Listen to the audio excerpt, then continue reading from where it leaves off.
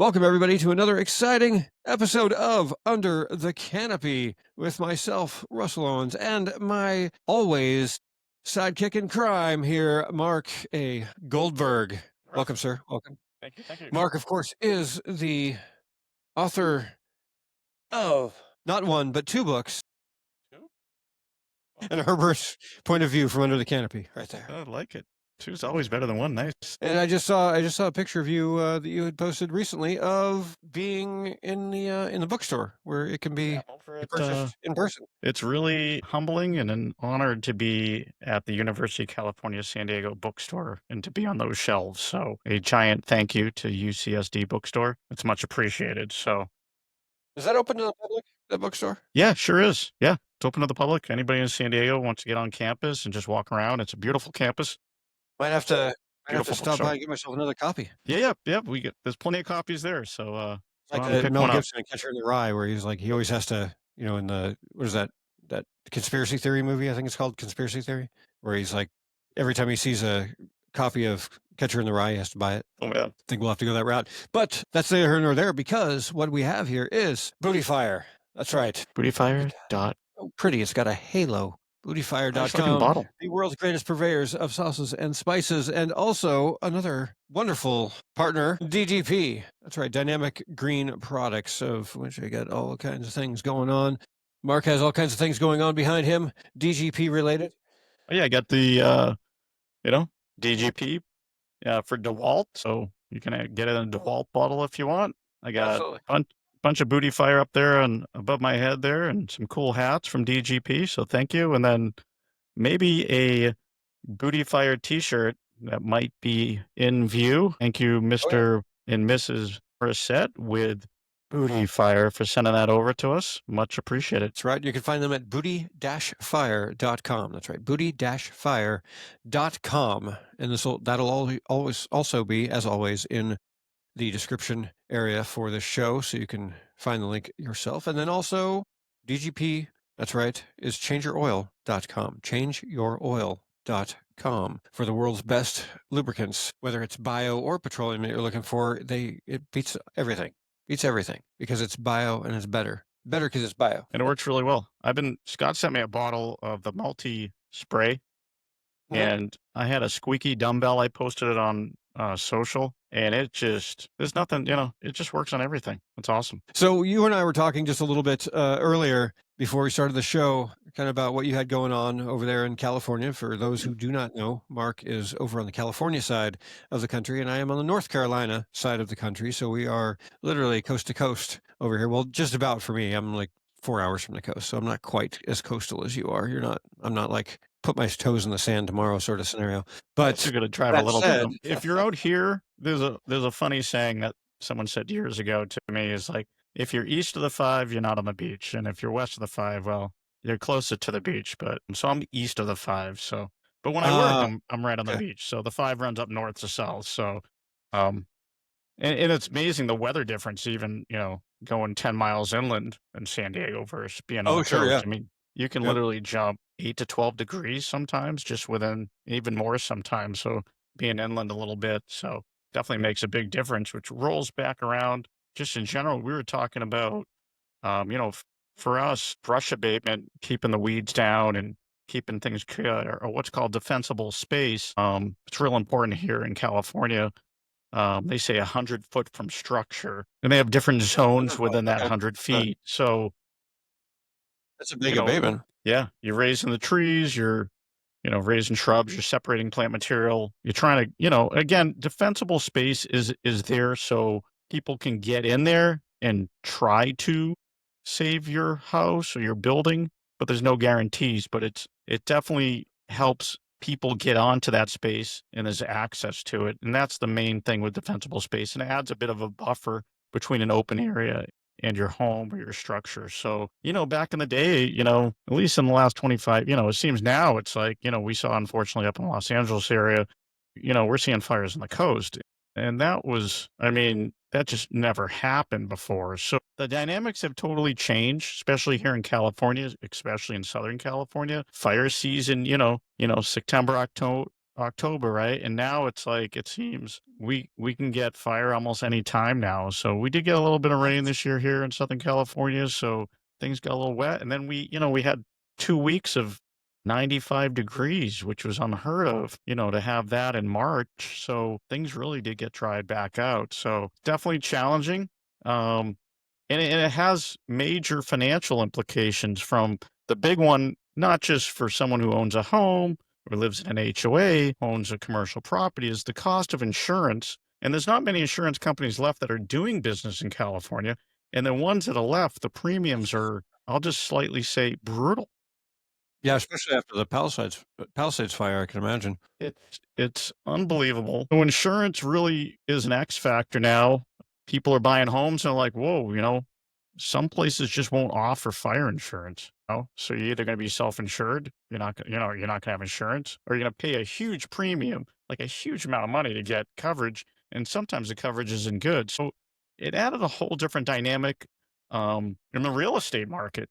Um, which was it will be interesting to see how this plays out, but definitely over the last few years, insurance companies have pretty much packed up and said, "Oh, you're in California? Yeah, we're good. We're not gonna insure you. We don't do business there." Yeah, it's kinda crazy. It's real crazy, and it's gonna be interesting to see how it plays out because, you know, you need insurance, and especially if you're in a house, the bank's requiring insurance, and I then was now just you're yeah, paying, if you got right? any kind of loan, yeah, if you So got if you any have kind any of loan. type of loan, you're gonna need insurance, right? And then your options are very expensive insurance or no, we're not gonna insure you, and you're gonna have to go for very expensive insurance. So if someone's in there ready to buy a house, and the real estate market here in Southern California is quite expensive, unfortunately, and you pay a premium for a house, I mean, you got to factor in the insurance costs. And the problem is the insurance costs. Like if you have a mortgage that's fixed, right? Whatever your interest rate is, every month you're going to be paying X for 15 years or 30 years, whatever you financed it for. If you have HOA fees, those tend to go up. But lately, the HOA fees, homeowner association fees, and some of these HOAs, insurance costs have they went from, a whole homeowner association. We'll just say it used to be, 10 years ago, 15 years ago, the whole plan was $200,000 to cover all those homes or those condominiums. And now the same coverage or less coverage is over a million or 1.2 million for the year. So people's Mm, HOA fees have gone yeah, I gotcha. crazy. So it's really a really weird dynamic. So when you buy a house, you can say, okay, you got a budget, but then how do you budget insurance that goes up X fold every year? You really can't. If you're in an HOA, you can't control really the HOA fees. And now they're backing in your fire insurance on there, and it's not even being covered within your monthly HOA fee. They're giving you an assessment, and they said, "Hey, look, homeowner in this condo association, there's 500 of you folks, or 500 units. Your $300 or $400 fees a month aren't going to cover the 1.2 million policy we need. So we're going to give you a $2,000 or $3,000 assessment that's due in August." So the dynamics of what's going on with fire insurance in Southern California is definitely something to watch, and hopefully it can be adjusted and fixed. I just don't know. Yeah, it's interesting to think about too because I hadn't really thought about that, the HOA part of it, you know? I'm so used to the other just the straight insurance side, but especially in a larger because that was something right before when you first mentioned HOA, that was something that I was about to ask you is like, are that how does the insurance factor into that? And then, of course, you answered my question for me there with that because that's something that, I always wondered with the HOAs is that, are they able to come together and get like a better deal on insurance because everyone's going the same one? But then, of course, in California, you don't have a lot of options because there's not a lot of companies that are willing to, Eh, right, and insure it. back in the day, right, Russ, I mean, not just out here, but overall, people would call for quotes, right? "Hey, I'm gonna get 3, 4 quotes." You're gonna call one you're gonna call one person now. They're gonna tell you the price, and that's your option. So it's not good. I love competition. I mean, competition's great, when it comes down to an open market, right? Um, but when there's no competition, the prices increase. And I understand the insurance companies, right? They're like, "Hey man, stuff's burning down at unprecedented. We're either going to leave or you're going to really pay for it." Sure. So, Yeah, especially with and the I'm price not a, of houses out there. I mean, I get it. Like if they're insuring, multiple $1 million houses or, or even half $1 million houses, but you've got you're insuring 1,000 of them and they all burn down. I mean, that's a lot of money that you're out if that happens. 100%. Yeah. It's an unfortunate thing, but well, in the abatement. So how does that work with that 100 foot? You said there's different zones. So Yes. when you're out there doing this, I mean, you've got like trees. I mean, I get like bushes and stuff couldn't aren't supposed to be up against houses and things like that. But how do the trees factor into that? Yeah, so the main thing with the trees is you wanna get them up off the ground. You wanna raise them about 5 to 7 feet, you know? You want separation of plant material. So if you have 3 or 4 large shrubs, maybe you remove the middle shrub. You know, what I call creating deer paths, so there's space between the plant material. Yeah. And then all the grasses you wanna take to ground level. You don't wanna go to bare minimum soil because you don't wanna create an erosion problem. And, back in the day, I would say up now recently, now they're saying, like wood chips, right? Or mulch. You know, it does, it can technically burn, but it's not really quote unquote burning, right? The Yeah, problem is yeah. now people are like, oh, you can't put mulch down, mulch is gonna burn. Well, it's like it gets to the point Technically, they're now being where ignored. we've just gotten to the point where it's a little crazy, right? Like in some places they say, and it depends the city you live in, it depends if you're in an HOA, it depends. So the rule's kind of different. The 100 foot tends to apply, but there's certain places where it's like, they're saying now, hey, don't put a wooden picket fence and use a plastic fence because the wooden fence is gonna burn. And they did see that up in the LA fires, and then in about back in '07, '08 here in San Diego, there's some big fires that took out a bunch of homes. What I saw physically with my eyes in San Diego was trees got a bad rap in these fires. And what's going on is a shrub is a live plant material, and it's full of moisture. It's full of either carbon and water, right? It takes extreme heat to burn a tree down. Okay. And what really is going to go on fire is something that's not alive. And that would be your house, that would be a fence. That would be your wooden deck. That would be your patio. Those things will catch on fire. And it's gotten to the point where it's like people are saying, hey, we got to remove all the trees. It's like, no, no, no, no. I've seen trees actually slow down fires. Or after a home is gone, the only thing standing is the tree. So Sure. the No, totally. discussion has to be we got to bring people in discussion who are urban foresters, who are arborists, who are horticulturists. We got to bring everybody to the table to make these decisions, not just the insurance company. And I understand the insurance company is going to be very, they're going to say, hey, we want 100 foot of concrete, right? I mean, pretty much is what they want, right? They don't want any live material. Well, the problem is the live materials actually can absorb some of those fires, can reduce winds, can do a lot of great things. Yeah, especially if You know, you're get some moisture to them. yeah, it has moisture in it. So knocking it all down isn't the answer either. So if anybody's listening and you're on a panel and you can bring this to the insurance company's attention is the live material does slow down fires. And there was some photos I saw about 6 months ago of the LA fires and the trees were the only thing standing, live material. And the homes were gone. And, they did aerial views and you see trees still standing. Some trees look like they didn't even burn. So they got to do, now it's a time to sit down and come up with common sense ideas on what's the best scenario and how to put things together. Yeah, I understand the 100 foot space. I'm not arguing that, but you just can't go in there and wipe everything out. And so just everybody's got to sit down at the table and have a discussion, not yell at each other and figure it out. And it can't be the people who are, the insurance company can't produce the policies, which unfortunately is what I'm seeing. And I would love for someone to prove me wrong, but it needs to be held at different levels, right? We got to bring the insurance company, we got to bring the builders involved, we got to bring the fire marshal, we got to bring the horticulturists, the arborists, the urban foresters, and everybody's going to sit down and look at what's happened over the last 5 or 10 years and make really good decisions on what's best. But just what I call nuking the landscape is not a solution. So Yeah. that's my five Yeah, cents right there for you, well, Russ. it's important to look at, all those things. Like where I lived back when I was living in the Washington State, when I lived up in the gorge, we had a massive fire up there that unfortunately was created by fireworks and not because of people lighting them off on 4th of July. It was a couple of silly kids who thought it'd be fun to go hiking on a trail and then light off a bunch of smoke bombs and throw them into a ravine. And, not thinking about the fact that smoke bombs are some of the worse when it comes to fireworks because all they do is like shoot flame out of them basically in order to create said smoke. So it's a horrible way to think you're going to have some fun in a dry forest, but it wiped out pretty much the entire Oregon side of the Columbia River Gorge.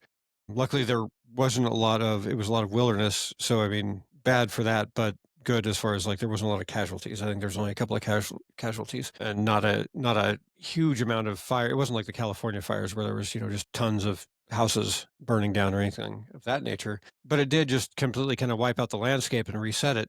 But for years before that, there had been a big push on selective logging and going in, and companies wanted to go in. They were like, we don't want to clear cut. We want to go in and just selectively, prune the forest, so to speak, and thin things out a bit and, kind of clear the forest floor and whatnot. And instead these areas were shut down and not allowed to be logged or touched in any way, shape, or form. So then you just had these big buildups of, trees that would come down in storms and things and whatnot that could have been harvested. And instead they just added to the timber or the tinder, I should say, of the timber. So it was incredible to watch. I lived directly across the river from the worst part of it, and it was 1 o'clock in the afternoon, and it's like noon or 1 o'clock in the morning, I should say, and it's like noon. Yeah, just It's so it was bright just with flames. it was incredible. Yeah, and we actually had to stay up all night and hose down our roof because we had burning pieces of ember falling on our roof, and we were all the way across the river, which, if anybody's familiar with the Columbia, it's a pretty big river. To have stuff flying all the way across, and there was a few fires that started on the Washington side, in some of the mountains on the Washington side, because of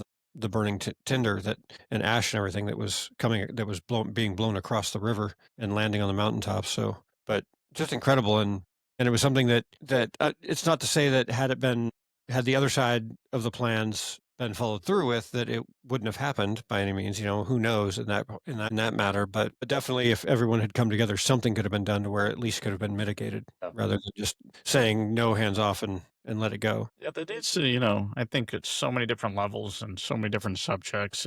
You know, we need to have good policies and we got to have less politics, right? And that needs to happen yesterday, not tomorrow. And we all need to come to our senses. And I don't care if you're left, right, middle, you just don't care. But we need to start having discussions. We need to communicate and we need to all work together. And even though we have different ideas and different values, we need to start pushing forward because, I've never seen such just hatred between political parties. And the average citizens like me and you are sitting there going, what do we do? And nothing's getting done. Um, One side says we should do one thing, then the other side automatically says no just because. just because. So now we're sitting here and we're not even willing to work together and have a discussion. And I was listening and I forget who I'm going to credit here and I apologize, but this individual basically said, when we stop communicating, that's when we're in trouble. We need to communicate and we need to talk and we need to create solutions and we need just to have mutual respect. And if you don't like something, that's fine. But if you have nothing, I'm going to quote Dr. Sandra Morissette, who, a very smart lady. And remember her saying something that stuck in my head. And she said, just be kind. If you got nothing good to say, be kind. And that's all. We can agree to disagree and let's try to create solutions because we're just spinning tires here, and we're not just spinning tires. We're just going backwards. And we live in a great country with a lot of opportunities for a lot of people. And we know we all need to start figuring it out, working together, and push forwards. You know, it's okay to help your neighbor, even if you vote differently from them. It's okay. It's okay to have a conversation with somebody you don't know. And I don't know what happened, but it seems like we're so far away from that. I'm not sure what it's going to take to get back. But I think talking and communicating is the start. Civil discourse, what a crazy idea. Yeah. Crazy idea. I don't know how I got on that subject, but It is nuts. Well, and that, here we have, I remember back, it was, let's see, we're in mid-April now, so it would have been end of February, had a fire risk warning to go out for our area. And I'm kind of like I saw it come across my feed on one of my news feeds, and I kind of chuckled. I was like, where is this at? And I was like, wait, for here? It's February. It wasn't like warm per se, yeah. but still, Like, it wasn't I'm like, this doesn't make sense. It should be like 95 degrees and for like a month or something if you want to, for a thing. And then, but then I started kind of reading into it and, it was talking about how we had had a drought and hadn't had any rain for a long time. We had some high winds happening. And basically what they were warning against is people like, hey, don't do a big, burn pile in the backyard Okay. or don't do this or that. It wasn't like they were saying necessarily that it was going to happen. But then we also had some thunderstorms coming through and they were talking about how, because the thunderstorms here are kind of interesting. It's so hit or miss. It's like one of those things where it's like half a mile down the road, they could get an inch of rain and then we get nothing scenario. It's very, and then on the other side, it kind of like swirls all over the place, Oh, wow. really, for the most part. So it's kind of, you can never trust it that when you have a thunderstorm, it's like, oh, I hear thunder, it's going to about to rain. It doesn't necessarily happen. So that was the other thing they were talking about, though, was lightning strikes being, like there's thunderstorms coming through. If there's lightning strikes with the high winds, could have some fire issues because there just hadn't been any moisture. And now pretty much the entire state of North Carolina is under a severe drought watch. Mm. And to the point where I know Raleigh, North Carolina, one of the bigger cities, just instituted, along with a few other cities that are kind of in that metropolitan area, instituted a water conservation scenario where they've got rules now in place starting. I think it's actually starting this coming Monday, with where like if you plan on using sprinklers or like an irrigation system during the day, you only get to do it on either Tuesday or Wednesday, depending on the last number of your address. So if it's like even numbers or odd numbers Tuesday, even numbers on Wednesday, and that's it. Like as far as that. Unless you do it in the first thing in the morning, and basically what they're trying to do is keep people from doing it in the hottest part of the day, obviously, where it's just going to evaporate into Yeah. the atmosphere. But that's in place now, and they're trying to, tell people like, "Hey, please don't,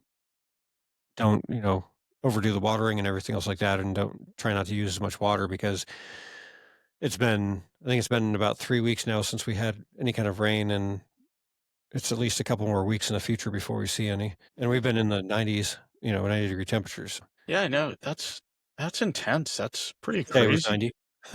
What's that? I said today was 90.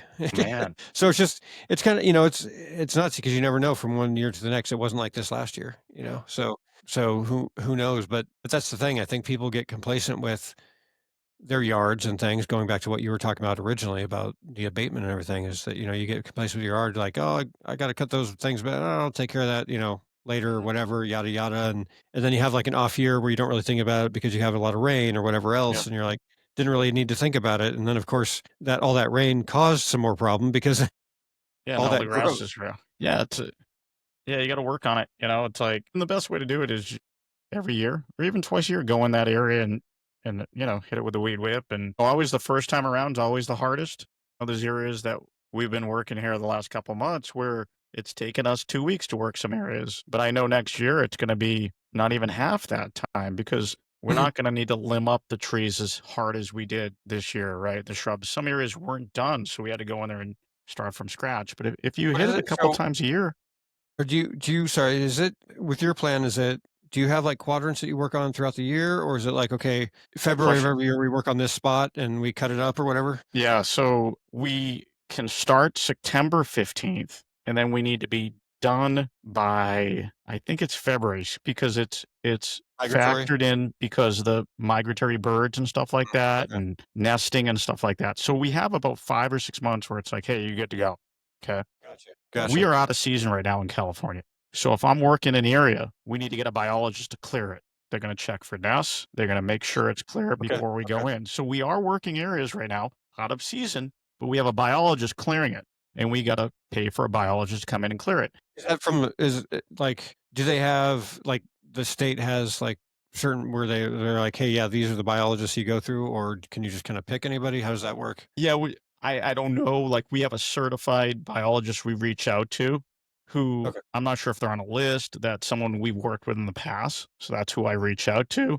And then you have X after they come through and they give it the clear, then you have X amount of hours to start that work and complete it by. And if you don't complete it within the time frame they give you, they need to come back out again and Mm, clear it okay. because they're looking for birds, migratory birds, and active nests. So the last Oh, thing we sure. want Yeah, to yeah. do is take out any, right? This is nesting season. And in California, I mean, you pretty much have nesting all year now. So there's some areas where you got to be very careful. But we've been, with the biologists in the areas that we've checked, we've had good success. So you're actually on the tree side of things.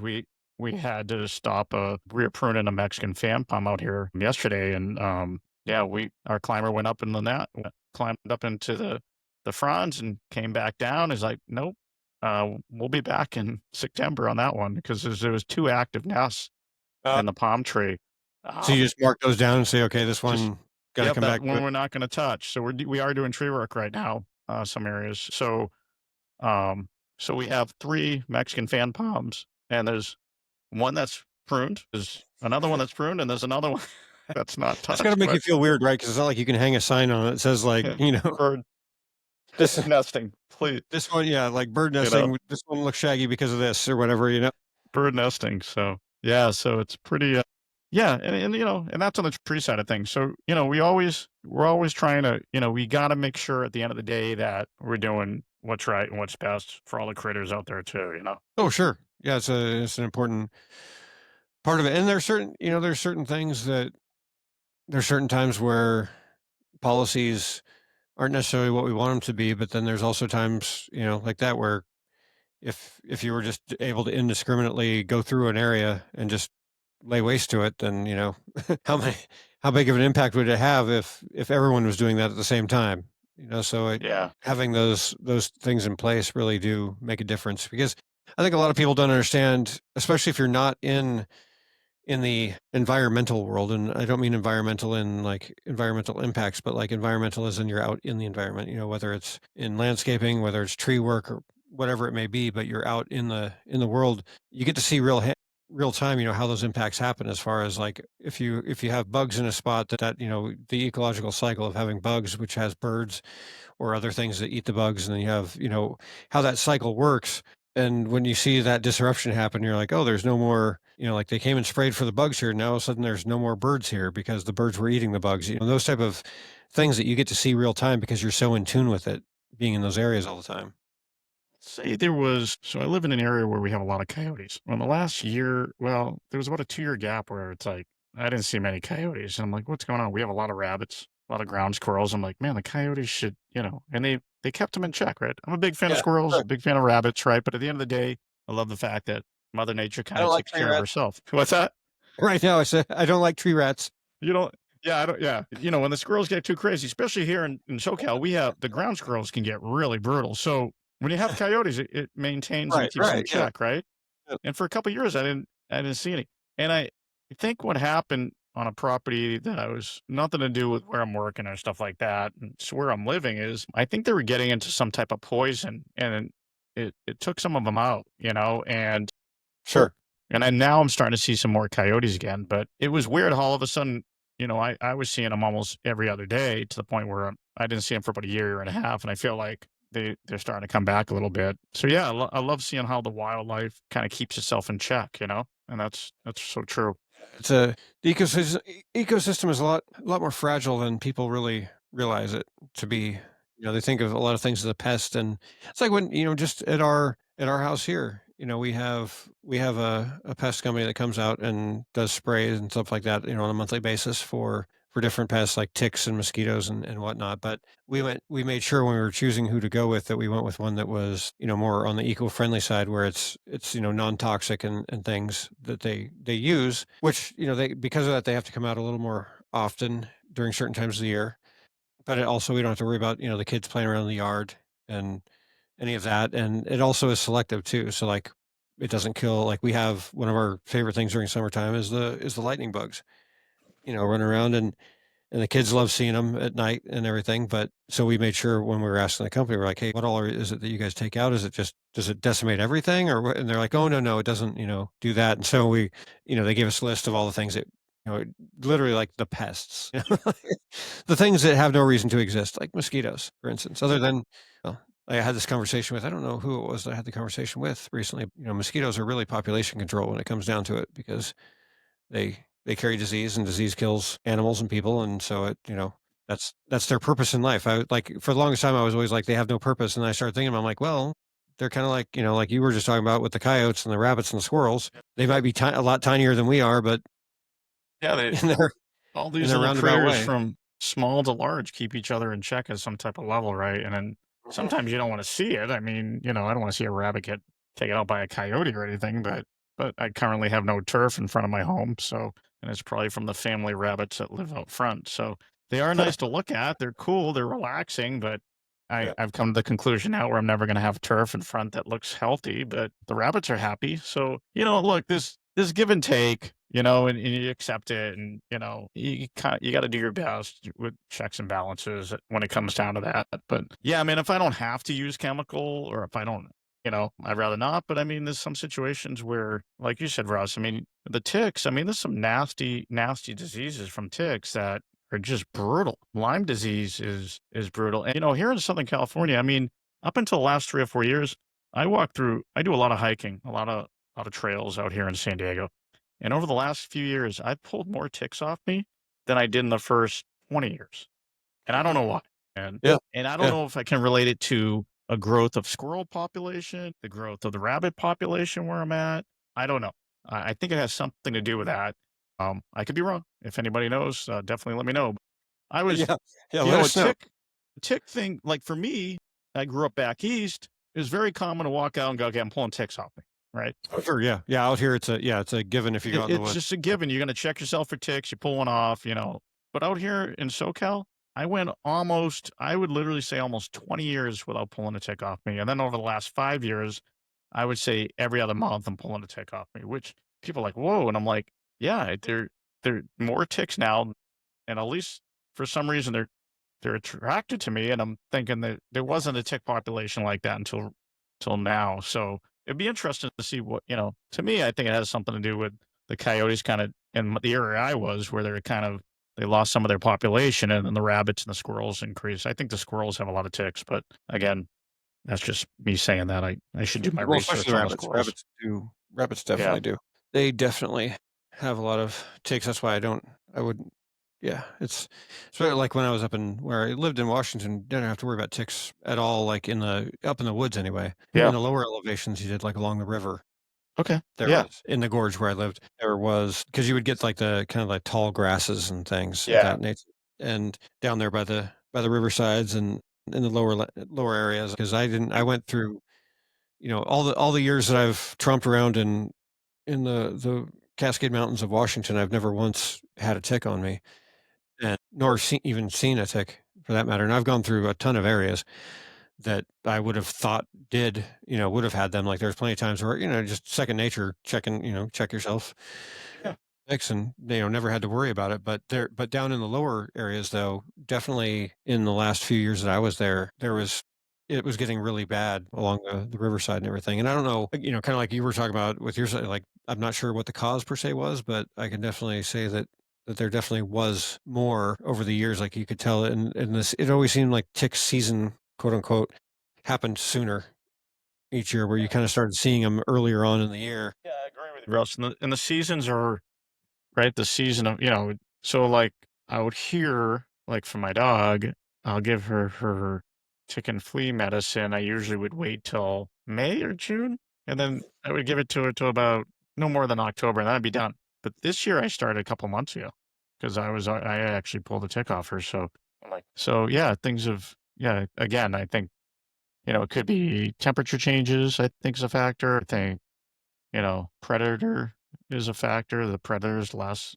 predators. There's definitely, I think, a handful of factors causing it. Yeah, if you're outside, just check yourself. Even if you're going for a little hike, it's check behind your ears. I don't have any problem on my head anymore, Russ. Just to let you know, I haven't pulled any ticks off my head in years, but they do like to climb. You I know, have this when I was the first tick I ever had on myself was when I was in the military. It was when I was here in North Carolina, Fort Bragg. We were doing a military exercise and got back and I remember my roommates were like, they got back and everybody took their turns, getting their quick shower after we got back to the barracks and then my two roommates, they were from the South. One was from Georgia, one from Alabama, and he's like, "Hey, do you see anything on my back?" And the other guy's like, "No, I don't see anything." I'm like, "What are you guys doing?" Like checking ticks. I'm like, "Ticks? Why are you checking for ticks?" I'm like it was so foreign to me, and and so then the next time we went out, or whatever, I was like, I guess, more sensitive to it, and some, it was one of those things almost where you're like I'm like, oh, is that a scratch or is that a thing? Like I'm just like hyping myself up for it, and Yeah, yeah. I ended up finding one though on my. You were talking about the head. I found one like Okay. up on the top of my head, in my hair, where I was like running my hands through my hair and felt like just this little bump, and Yeah, yeah. the hell is that? There it is. So, and that was the only I've had. That was one of two ticks that I've ever had on myself. They were actually in anyway. There's a couple other times I found them where they were crawling, but Yeah, never burrowed. I'm not a fan of ticks, but I still love the outdoors, so I'm going anyways, but it's always in the back You of my mind, like, you have to. any ticks on me? Well, and now that we've come full circle from fire to ticks. To fire insurance. We got it all covered here on Under the Canopy podcast. And you know what else helps folks when you are feeling on fire? It could be that you have just had some booty fire. Ah, yes. Bootyfire. But Bootyfire.com. if you have enough of this in your diet, you don't have to worry about ticks or mosquitoes because it's a natural repellent because they can tell that you've had it and they're scared of it. So I can say that the folks from Booty Fire did not tell me to say that, so that is not scientifically proven, but I'm going to say it's proven because I'm going to go with that because I like it. although my actual mosquito, I don't know that it works for ticks. Maybe it does. Maybe that's why I haven't had them. I never really looked at it for a tick thing. But as for mosquitoes, coming from Alaska, one of the world's leaders in all things mosquito, I find that match heads are my favorite for deterrence. The good old strike anywhere type match heads. Oh, okay. Take a few of those, take a couple off, snap them off, and swallow them with some water. And it could be an old wives' tale, but it works for me. What I heard is that like the sulfur basically like Mm, when you start sweating things, like it kind of you turn yourself into a citronella candle scenario where it like okay. obviously it's not citronella, but Yeah. bet they don't like sulfur. So I don't I don't like know. that smell. If you're someone out there who knows about mosquitoes scientifically and you can back that up or say no, it's just an old wives' tale, whatever. But I know that I haven't had a lot of problems with mosquitoes personally. So who knows? It's the thing, but I do know that Booty Fire hot sauce is the best sauce. It is, dude.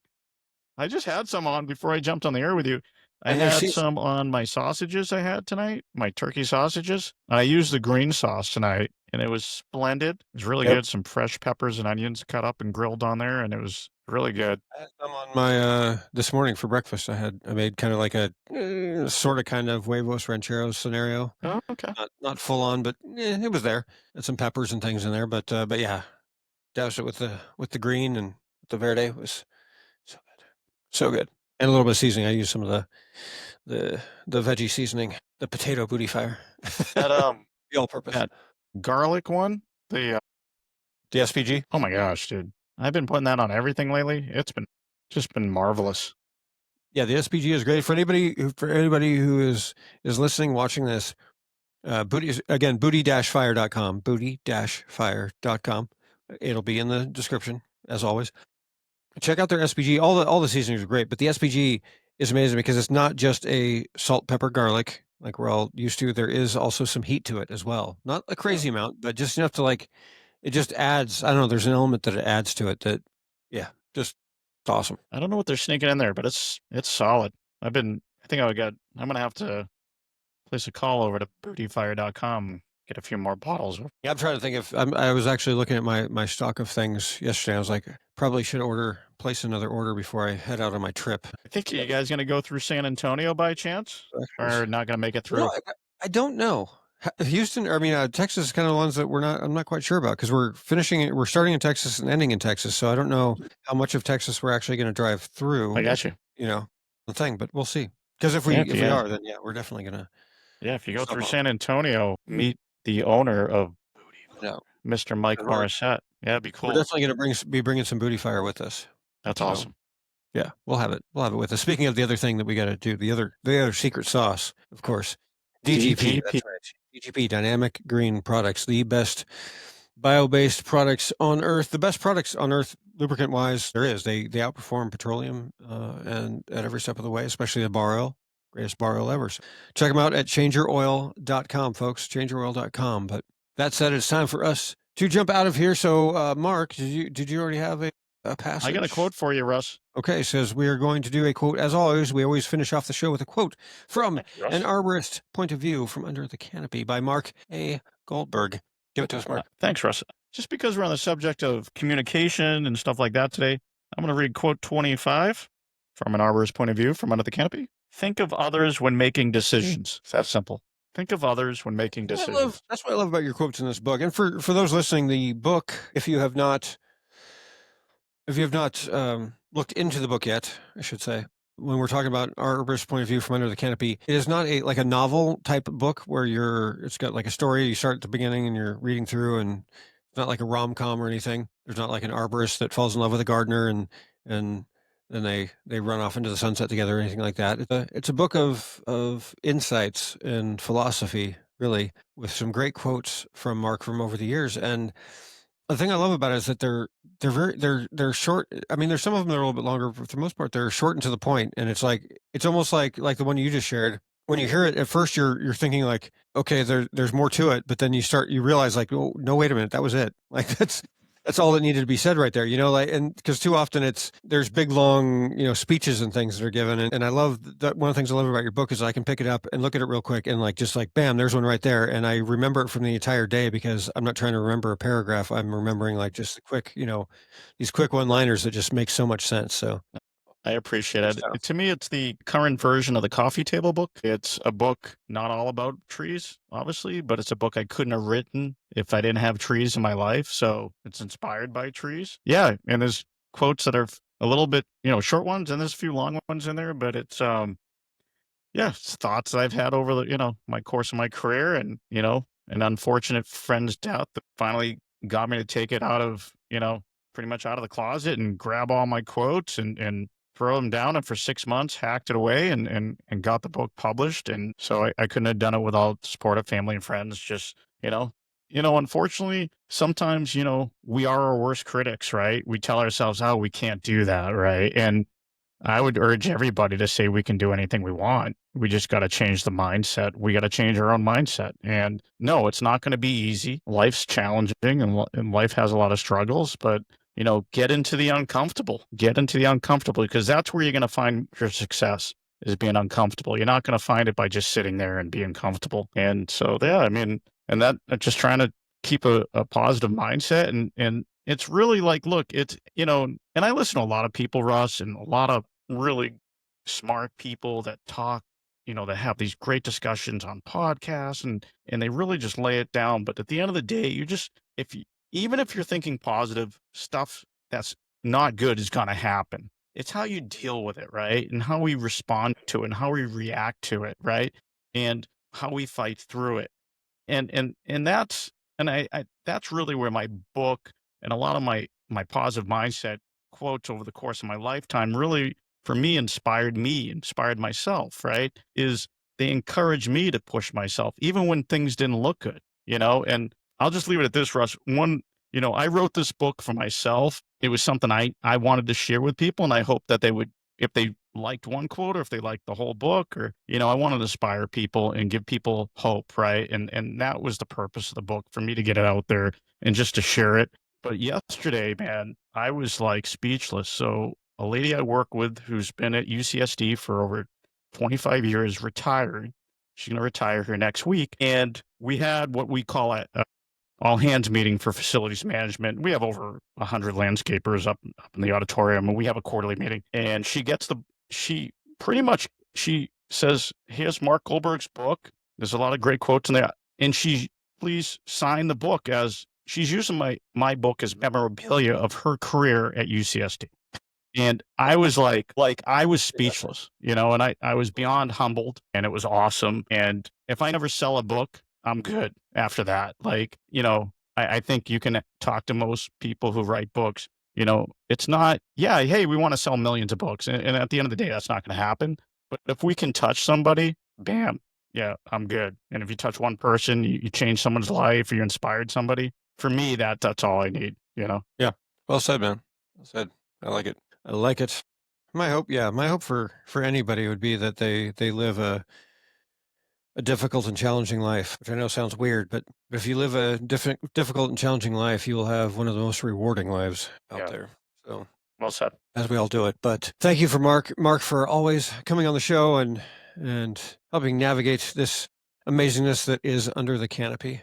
You were the originator of this show. You're the one who had the idea to do this, and I'm thankful for it every time we do it because it's so much fun having you on and doing this thing together and having guests on and then doing our STS episodes as we call them.